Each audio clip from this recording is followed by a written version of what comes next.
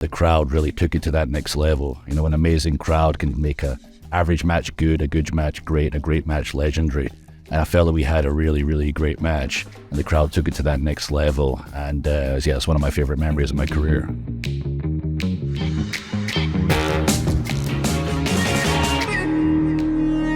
Hello and welcome to the Mayman Show. We are coming to you from our studio in Riyadh, the Kingdom of Saudi Arabia. And our guest today is a WWE superstar, two-time WWE Champion Drew McIntyre. Thank you for being with us. Oh, thank you for having me. Very excited to be back in Saudi Arabia. Exciting to have the WWE and you back in Saudi. And this year has been a pretty big year for the WWE, with the WWE going global with its premium live events. So you guys have been here twice in Saudi this year, and also you just come off of a huge pay-per-view or premium events in Cardiff, Wales. How does it feel as a WWE superstar to see the big shows making it to the world stage? It's exciting. It's very exciting. I've been around WWE since I was 22 years old. I was signed at 21, and back then I thought the company couldn't get any bigger, and every single year it would just keep evolving and growing, and the global footprint is just absolutely unbelievable. And to see how many big shows we're bringing to the entire world now is amazing. You know, we have such a passionate fan base all across the world, and right here and in the UK are a couple of the most passionate fan bases. They deserve those shows, and whenever there's an appetite for WWE and our product, we're going to be there. How does okay, so you were talking about the fans being passionate and hungry to watch the product. How does the Saudi fans' passion, basically reflect differently than other fans from around the world, let's say? That's the thing. I don't think they are much different when it comes to comparing them to passionate fans from other countries, and that caught me by surprise, I guess, in my first visit. I think it was 2018. I was with Dolph Ziggler at the time and a team, and we had a signing. I went to see it at a mall. And I remember meeting all the fans individually and them telling me about their WWE fandom and telling me facts about my career that I've forgotten. And it was every single person in line was just telling Dolph and myself all about, the first time they watched wrestling, what drew them to it, who their favorite superstars were, and legitimately matches that I've forgotten about that I had to go, yes, I remember that match. And I was like, I don't remember that. How do they know this stuff? And to go out and wrestle in front of the live fans and to hear how loud they are and to hear the chants and hear the passion.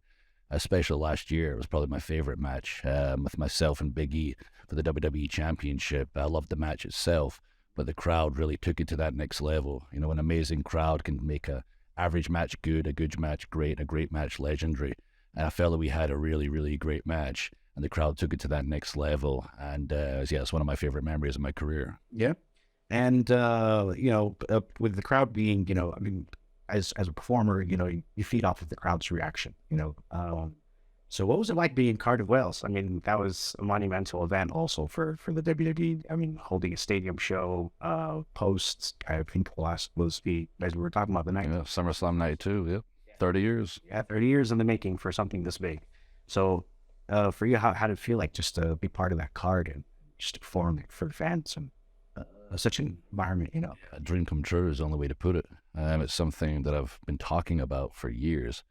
You go back through my interviews, especially when I became WWE Champion and I got a larger platform to talk about my thoughts. I was always talking about we need to get that big UK show. It's been too long. Hey, let's show the world the kind of passion the UK fans have. And I guarantee if it happens, it'll be a show nobody will forget. It finally happened. It was a week-long event for me. I was there all week. We took over the centre of Cardiff. I saw my face in every single corner. I almost got sight of this, the sick of the sight of my own face. I saw it so many places, but it was just so surreal. And then the match itself, the crowd itself, was just, I don't even know, in my opinion, the best WWE crowd of all time. The Principality Stadium is such a low roof. It contains the noise, and the people were so loud. They were on their feet the whole time. It was like that big soccer cup final or something. That was the kind of atmosphere it had. And I heard the crowd all night, and I was like, wow, hope there's still noise and we get out there and they don't burn themselves out. And for Roman and I was thinking, okay, maybe it's going to be like Bret Hart and British Bulldog from SummerSlam 92, where it was about, 70% Bulldog, 30% Bret. But when I walked out there and I heard the people, I heard them singing my name, singing the songs, and Roman came out there and the genuine hatred for him, I went, oh, it's like 100-0. This is going to be really, really fun. And it was unbelievable. The match itself, I made sure I took every moment in, because I understand like moments like that don't come around very often, if ever again. And once you're retired, all you have is your memories. So I took every single second I could to look around, take those mental snapshots, and understand what a big moment this was. And I also had Roman pinned for 3 for the first time in his historic run until Solo showed up. But I'm sure we'll get to that stuff. Get to that stuff later on. Like, I've got to do a cross first before I get back to Roman. All right. And aside from getting the fans being kind to you 100% and everything, you're at a point in your career where you are very established in the WWE, and you've carried the company twice as a champion. Since your career has progressed, how does it feel to be in that spot? To know that, you've reached a culmination in your career where, you are relied upon to be, basically the flag bearer or the champion of the WWE. Yeah, it feels very cool. It's something I always believed I could do. But until you get the opportunity, you don't know for sure, and not everybody can handle not just the opportunity, but the responsibility. Roman's talked about it in many of his interviews, that there's levels to this industry, and there is. And if you're going to be at the top, this is your life 24/7. It's nonstop. You're representing the company no matter what you do, be it in a media appearance or be it just living your everyday life and people with camera phones all around you. You're representing WWE. And I feel so fortunate that I believe in myself so much. The journey that I'd went on my entire career, all the lessons that I've learned from my downfalls have prepared me to be that leader, to represent the company the way it needs to be represented. And I feel, very, very proud of that. I feel very, very fortunate. And, our team over here, and Joel will tell you, whenever somebody says no to an interview or something, I'll say, put me in right away. I don't care how long I've been around. I don't care what it is. I get a chance to talk about Drew McIntyre, I get a chance to talk about the WWE brand. And that isn't a job for me. This is my life stream.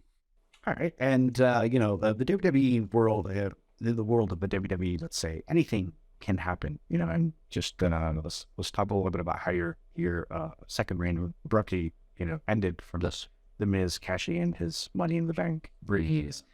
Miz and everybody seems to leave out the fact that I won the Elimination Chamber and beat many other top superstars. Then Bobby Lashley attacked after the match and destroyed me. And then, finally, the Miz cashed in. He always leaves out that part, winning the Elimination Chamber and the Bobby Lashley part. Yeah, I remember watching that match. But, the stipulation shows, man, anything can happen in the WWE.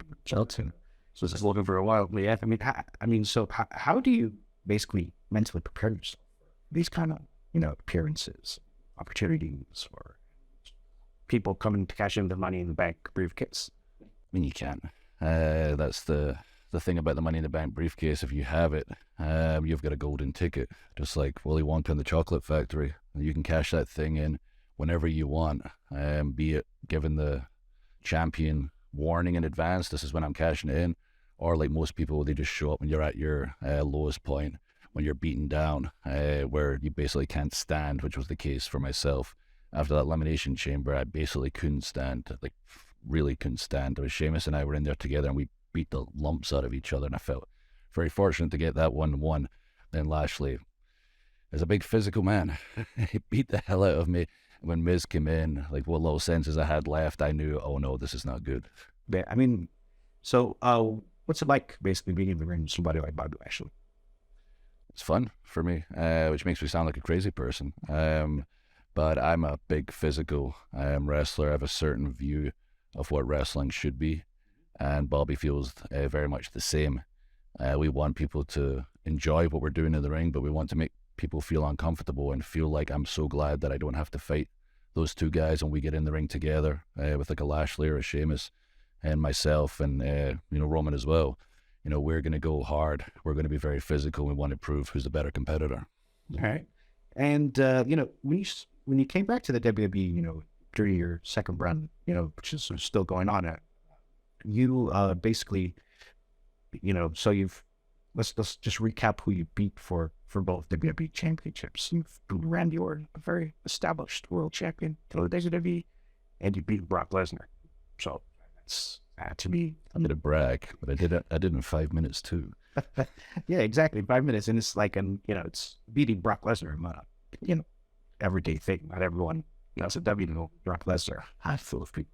And when you did that, you also won the Royal Rumble before, and was in a sold out crowd. And due to the pandemic restrictions, you started your first reign as champion in the performance center, which was virtually crowdless, and that was completely crowdless. No, unfortunate. Yeah, exactly. So, but basically, what I'm trying to say is, since like we were talking about earlier, you feed off of the crowd's performance, the crowd's adulation, and them, booing and cheering and getting into the match and everything.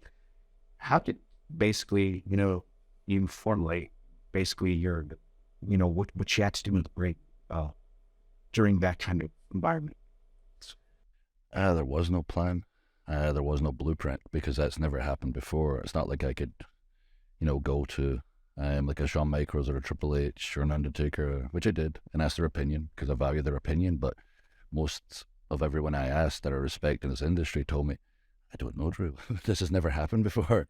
But you're the champion. You got to lead by example. Everything rolls downhill. So you just got to start throwing things against the wall and see what sticks. And I noticed a few of our superstars initially were playing to imaginary people. Like, they were so used to coming out and looking at the people and the bad guys go, ooh, like, I don't know, if they're giving them some grief, they'll give them some grief back. And I was like, oh my goodness, they're looking at imaginary people. What are you doing right now? And so I was like, all right, for one, I'm going to make it clear that I'm going to embrace my environment and make people feel like when they're watching at home, okay, this feels a little strange initially, but if you feel at home, if you look relaxed out there, if you embrace your environment, then it's more comfortable for the viewer at home. So I would come out, I'd talk to the commentators, because they were the only people, physically there. I would look down the camera lens and break the fourth wall, which was not something we did at the time, and talk to the people directly at home, make eye contact with them. And I would just try and have fun. I would be a little more animated than I usually would be during my entrance. And for my interviews, there's no screaming over the top of you. There's no cheers. There's no boos. I looked at it as an opportunity, if you know your character, to add more layers and just really talk to the people at home. And a lot of people really use it to their advantage during that time. I think Roman is probably the biggest example. When we moved to the Thunderdome, he created this tribal chief character, which he couldn't possibly have done to the level he's did it at now, without that silence, without that attention fully on what he was saying, if people were screaming over the top of them. And it was cool that a lot of people started following my example and embracing their environment and having fun within the situation we were in, because a lot of people were checking out WWE's only original content in the world. That was their escape during such a scary period. And I meet so many people now that we've been traveling for a couple of years now, that'll tell me, during that period, WWE was my escape. And a lot of people have said it literally saved their lives. So I'm very proud of that period, very proud of the company and what we did. Yeah, I mean, you should be. I mean, during that period, I was a frontline journalist covering basically what's happening in Saudi Arabia for Arab abuse. And during my pastime, I'd sit and watch the WWE. So I watched that, WrestleMania, and I was like wondering, like, how, like WWE superstars feed off of the crowd, and they don't have a crowd, and yet they're doing, like stellar performances. You see Bailey like shouting at Michael Cole, like she'd have a thing going with him. You just got to use what we had around us, and the matches themselves. The physicality just got dialed up even more. It was almost like challenging each other, like how hard can you hit me and how hard can I hit you, and everybody, really had to refine their game. Like, if you weren't applying the holds correctly, the way they should be applied, a few people had to tighten up their game a little bit, or they weren't going to be used on the show. And it really forced everybody to make sure their game was on point during that period. And a lot of our superstars really grew during that period. More importantly, grew their characters because of the interviews. I know Randy Orton and I, when I won the championship, had a series of interviews, a series of promos that I'm very proud of, because it was in complete silence. And I'd always said to myself when I won the title, okay, if you're the Batman, Randy's your Joker. He's an unbelievable talent, good guy or bad guy. He was a bad guy at the time. He was aligned with Ric Flair. And I was standing across from him and Ric Flair with a microphone, and I knew this was my ultimate challenge. There's no crowd shouting over us. We're just talking to each other. And there's a few of those interviews during that period where I felt like, okay, I'm swimming at the top. I deserve to be champion. Yeah. And so, before you started your second run in the WWE, you were, touring the world, different in promotions and industries, and just honing your craft over. Yeah, and at that time, you've been in a lot of world title matches around the world and everything. So I think from my opinion, as somebody who's who watches the industry, there's like a period where, let's say, you felt like your career has, must have felt like your career has ripened. So like, how did it feel to be like basically a performer where everywhere you went, you were in the world type picture? Very cool. When I got released from WWE, it was a very scary situation. This is all I'd ever worked for. And I'd never been in charge of myself before. I came straight from university to WWE, and school used to tell me where to be, and WWE used to tell me where to be. And now, for the first time in my life, I was in America. I didn't have a job, and all I really knew was wrestling. And I had to have a conversation with myself and say, all right, you've got an opportunity here. If you really know wrestling the way you think you know wrestling, there's an uptick in the market outside of WWE in the independent scene. It needs somebody who's going to be that face, who's going to represent all across the world. Can you be that guy? And I believed I could be that guy. I just had to show everybody, I had it in me to be that top level performer. No matter what company I wrestled for, they could trust me in the world title matches. They could trust me to be their champion or work with their champion. And it was a bit of a difficult initial period. I was so nervous all the time. I had anxiety all the time. In WWE, I'd been in 3MB, a comic group. So I hadn't had a lot of top-level serious matches in a couple of years. I had certainly not had any big interviews on the microphone in a very long time. So I kind of had to fake it a little bit till I started believing in myself. But going back to Scotland, where I'm from, and working in my home company Insane Championship Wrestling, and being surrounded by so many of my friends and a group of new talent, some young guys looking at me and believing in me, really grew that confidence. And getting in the ring with some of the best superstars in the world, and like Evolve Wrestling with Roderick Strong, Johnny Gargano, Ricochet, and the likes, really helped my in-ring game. And it got to the point where I was so confident in the ring. I was so confident on the microphone because finally I wasn't playing a character. Finally, I was just being myself with the volume turned up. I was finally, a marquee performer, and I got the opportunity to represent so many different places, and it was cool. Wherever I went, I was seen as the draw of that place. And what was like your favorite, let's say, match or moment during that period? Well, it's hard to single any match or moment out. There's so many, and I'll probably miss them just thinking on the spot now. But my first big title match in Insane Championship Wrestling, my home company, when I came back, was very cool. It was the biggest show they'd done. Before I came back was the show I returned at, 1,500 people. And I turned on my best friend from Scotland. I threw him through a table, and somehow I was still the good guy. I did my comeback speech, and we started building, a feud with each other, built to this very big match at a place called in Glasgow, Barrowlands. And it's a historic music venue. Everybody's played there, from the Rolling Stones to, current music. It's a very, important place in Scotland. It's a place I used to go and watch music acts all the time. And we were doing our first show there. It was going to be a title match, myself and my buddy Jester, who had taken out. And we sold out the entire venue, only with our match announced, which was very cool. And my mother had passed not long before that, and we dedicated the match to her, which was pretty cool. And yesterday was actually the 10-year anniversary of her passing. And that program was very emotional. And after the match, I won the title, and Jess and I, had a special moment together. And growing ICW during that period from the 1,500 people to 2,000 people that match to 4,000 people the year after to 7,000 people the following year was very important to me and was filled with a lot of big moments. And then you look at Evolve Wrestling. I wrestled Johnny Gargano was Evolve champion. He was Dragon Gate USA champion, and I beat him and unified the titles. That was pretty cool. And working in PWG, it's kind of the underground top who's who of independent in-ring wrestlers. And when a WWE guy comes in there, a former WWE guy, people kind of like go, oh, here we go. They're just getting an opportunity because they used to be in WWE, especially bigger guys. And to win that crowd over meant a lot to me as well. And I was TNA champion. So that was a big moment as well. And I beat Matt Hardy, who I have a lot of history with, for the title. That's just a few. I probably missed some. Well, these are some key highlights, I think. I think you also, I believe you also wrestled Bobby Lashley during that time. I did. He beat me for the TNA title. Thank you for reminding me. So what was the difference, basically, performing with Bobby Lashley outside the WWE and the WWE, especially, considering the fact that you guys, had similar, basically runs in the WWE. Both of you guys were in the WWE before, and then wrestled each other in independence, and then came back to the WWE both on your second run. And, you're pulling, amazing matches in front of crowds around the world. Yeah, it's pretty cool. And the biggest distance was probably 50 pounds from me. Bob was just always huge.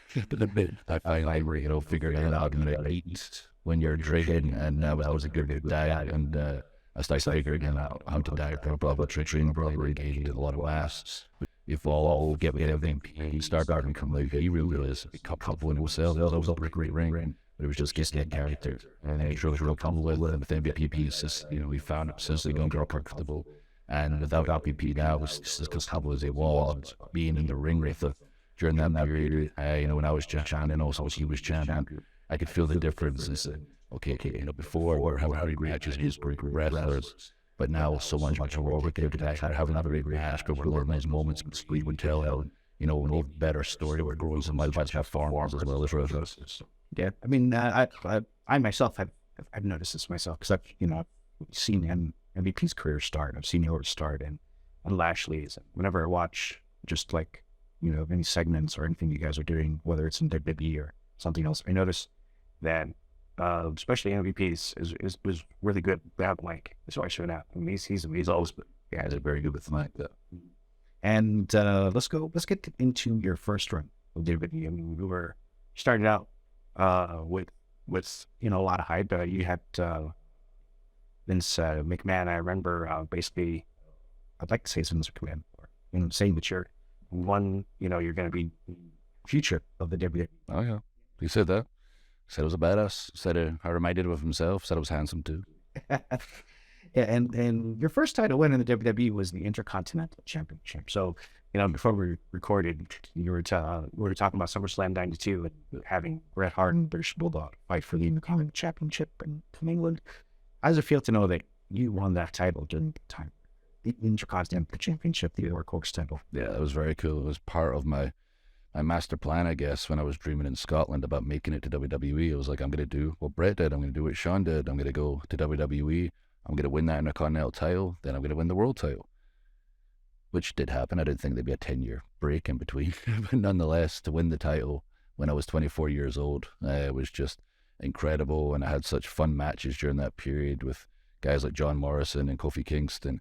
I remember a Germany tour. I was just in Germany a couple of days ago, and I was talking to the crowd after my match, and I was reminiscing about when we had Bret Hart on a tour in 2010 in Germany, where he was a big name everywhere, but in Germany, like David Hasselhoff, he was a gigantic name in Germany, and I was saying, yeah, it was just wild. But yeah, I was telling them, it's just so surreal. I was there with Bret Hart, where he's so popular, my childhood hero, and I was Intercontinental Champion, and after the shows, he would critique me about my matches, but we'd hang out as well, and I have a picture of myself, Bret, and the IC title, which means a lot to me. So I did have a lot of cool moments during that time, and everything was going to plan until it wasn't. Okay. And so basically, all right, let's recap just your career in a nutshell. So, do you think that time away from the WWE, basically helped shape basically the momentum where you have like for example, let's take Hulk Hogan as an example. So Hulk Hogan was in the WWF, which was that was what the WWE was called then moved to AWA, was in Rocky III, had huge momentum going from that movie, and then went back to WWE and Hulkamania was born. So would you compare that to your your tenure basically?